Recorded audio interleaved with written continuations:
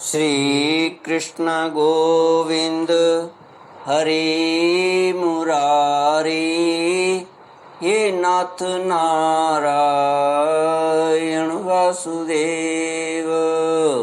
श्री कृष्ण गोविंद हरे मुरारी, हे नाथ नारायण वासुदेव।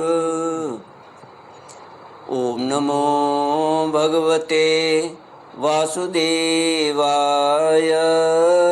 ओम नमो भगवते वासुदेवाय।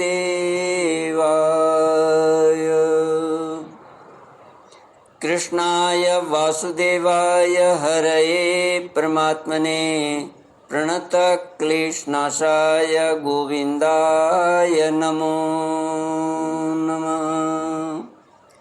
सच्चिदानन्दरूपाय विश्वोत्पत्त्यादिहेतवे तापत्रयविनाशाय श्रीकृष्णाय वयं नमः। सच्चित आनंद स्वरूप परमात्मा जो सृष्टि के उत्पत्ति, पालन और संहार करता है तथा जीवों के आध्यात्मिक, आदि दैविक, आदि भौतिक तापों को नष्ट करने वाले हैं, अर्थात जीवों के मानसिक, शारीरिक और भौतिक दुखों को दूर करने वाले हैं, उन श्री कृष्ण भगवान को हम नमस्कार करते हैं। श्री कृष्ण गोविंद हरे मुरारी, हे नाथ नारायण वासुदेव। श्रीमद् भागवत दशम स्कंद चतुर्दशोऽध्याय श्लोक 41 से। श्री शुक उवाच इत्यभीष्टूय भूमानं त्रिपरिक्रम्य पादयोः नत्वाभीष्टं जगद्धाता स्वधाम प्रत्यपद्यत। ततोऽनुज्ञाप्य भगवान् स्वभुवं प्रागवस्थितान् वत्सान् पुलिनमानिन्ये यथा पूर्व सखं स्वकम्। श्री सुखदेव जी कहते हैं, परीक्षित, संसार के रचयिता ब्रह्मा जी ने इस प्रकार भगवान श्री कृष्ण की स्तुति की।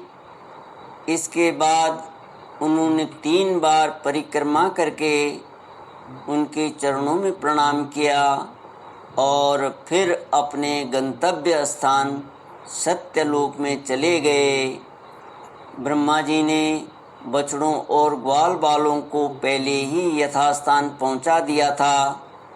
भगवान श्री कृष्ण ने ब्रह्मा जी को विदा कर दिया और बछड़ों को लेकर यमुना जी के पुलिन पर आए, जहाँ वे अपने सखा ग्वाल बालों को पहले छोड़ गए थे। परीक्षित, अपने जीवन सर्वस्व प्राण वल्लभ श्री कृष्ण के वियोग में यद्यपि 1 वर्ष बीत गया था, तथापि उन ग्वाल बालों को वह समय आधे क्षण के समान जान पड़ा।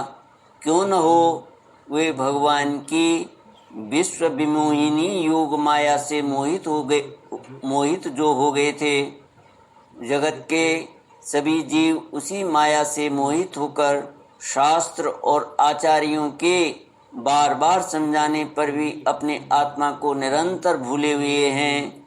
वास्तव में उस माया की ऐसी ही शक्ति है, भला उससे मोहित होकर जीव यहाँ क्या क्या नहीं भूल जाते।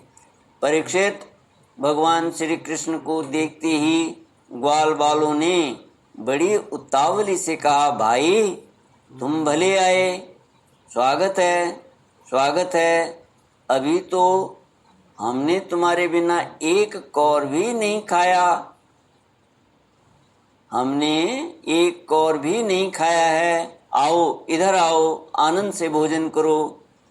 तब हंसते हुए भगवान ने ग्वाल बालों के साथ भोजन किया और उन्हें अघासुर के शरीर का ढांचा दिखाते हुए वन से ब्रज में लौट आए। श्री कृष्ण के सिर पर मोर पंख का मनोहर मुकुट और घुंघराले बालों में सुंदर सुंदर महकते हुए पुष्प गुंथ रहे थे। नई नई रंगीन धातुओं से श्याम शरीर पर चित्रकारी की हुई थी। वे चलते समय रास्ते में उच्च स्वर से कभी बांसुरी, कभी पत्ते और कभी सिंगी बजाकर वाद्योत्सव में मग्न हो रहे थे। पीछे पीछे ग्वालबाल उनकी लोक पावन कीर्ति का गान करते जा रहे हैं। कभी वे नाम ले लेकर अपने बछड़ों को पुकारते तो कभी उनके साथ लाड़ लड़ाने लगते। मार्ग के दोनों ओर गोपियां खड़ी हैं। जब वे कभी तिरछी नेत्रों से उनकी नज़र में नज़र मिला देते हैं तब गोपियां आनंद मुग्ध हो जाती हैं। इस प्रकार भगवान श्री कृष्ण ने गोष्ठ में प्रवेश किया। परीक्षित, उसी दिन बालकों ने व्रज में जाकर कहा कि आज यशोदा मैया के लाडले नंद नंदन ने वन में एक बड़ा भारी अजगर मार डाला और उससे हम लोगों की रक्षा की। श्री कृष्ण गोविंद हरे मुरारे, हे नाथ नारायण वासुदेव। राजा परीक्षित ने कहा, ब्राह्मण, व्रजवासियों के लिए श्री कृष्ण अपने पुत्र नहीं थे, दूसरों के पुत्र थे। फिर उनका श्री कृष्ण के प्रति इतना प्रेम कैसे हुआ? ऐसा प्रेम तो उनका अपने बालकों पर भी पहले कभी नहीं हुआ था। आप कृपा करके बतलाइए इसका क्या कारण है? श्री सुखदेव जी कहते हैं, राजन, संसार के सभी प्राणी अपने आत्मा से ही सबसे बढ़कर प्रेम करते हैं। पुत्र से, धन से या और किसी से जो प्रेम होता है वह तो इसलिए कि वे वस्तुएं अपने आत्मा को प्रिय लगती हैं। राजेंद्र, यही कारण है कि सभी प्राणियों का अपने आत्मा के प्रति जैसा प्रेम होता है वैसा अपने कहलाने वाले पुत्र, धन और ग्रह आदि में नहीं होता। नृपश्रेष्ठ, जो लोग देह को ही आत्मा मानते हैं वे भी अपने शरीर से जितना प्रेम करते हैं उतना प्रेम शरीर के संबंधी पुत्र, मित्र आदि से नहीं करते। जब विचार के द्वारा यह मालूम हो जाता है कि यह शरीर मैं नहीं हूँ, यह शरीर मेरा है, तब इस शरीर से भी आत्मा के समान प्रेम नहीं रहता। यही कारण है कि इस देह के जीर्ण शीर्ण हो जाने पर भी जीने की आशा प्रबल रूप से बनी रहती है। इससे यह बात सिद्ध होती है कि सभी प्राणी अपने आत्मा से ही सबसे बढ़कर प्रेम करते हैं और उसी के लिए इस सारे चराचर जगत से भी प्रेम करते हैं। इन श्री कृष्ण को ही तुम सब आत्माओं का आत्मा समझो। संसार के कल्याण के लिए ही योग माया का आश्रय लेकर वे यहाँ देहधारी के समान जान पड़ते हैं। जो लोग भगवान श्री कृष्ण के वास्तविक स्वरूप को जानते हैं उनके लिए तो इस जगत में जो कुछ भी चराचर पदार्थ हैं अथवा इससे परे परमात्मा, ब्रह्म, नारायण आदि जो भगवत स्वरूप हैं सभी श्री कृष्ण स्वरूप ही हैं।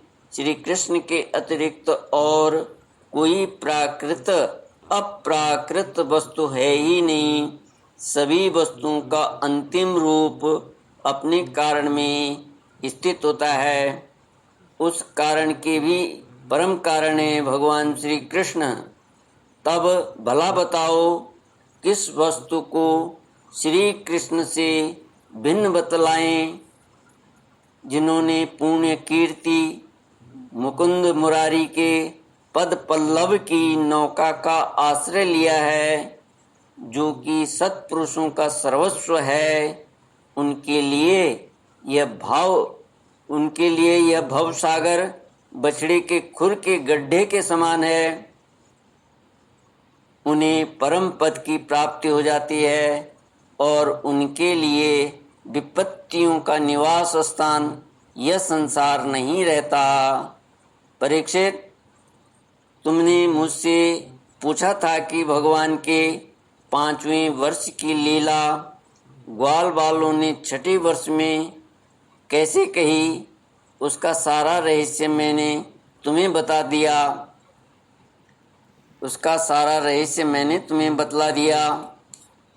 भगवान श्री कृष्ण की ग्वाल बालों के साथ वन क्रीड़ा, अघासुर को मारना, हरी हरी घास से युक्त भूमि पर बैठकर भोजन करना, अप्राकृत रूपधारी बछड़ों और ग्वाल बालों का प्रकट होना और ब्रह्मा जी के द्वारा की हुई इस महान स्तुति को जो मनुष्य सुनता और कहता है, उसको धर्म, अर्थ, काम और मोक्ष की प्राप्ति हो जाती है।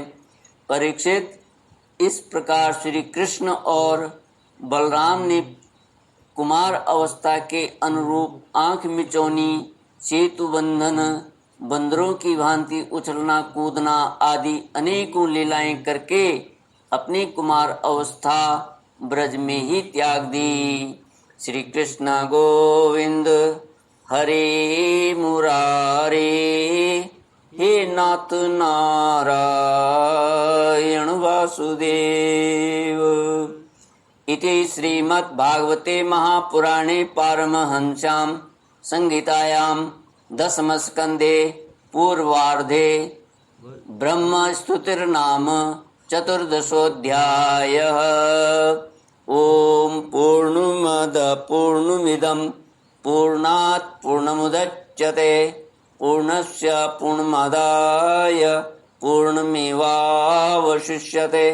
ओम शांति शांति शांति।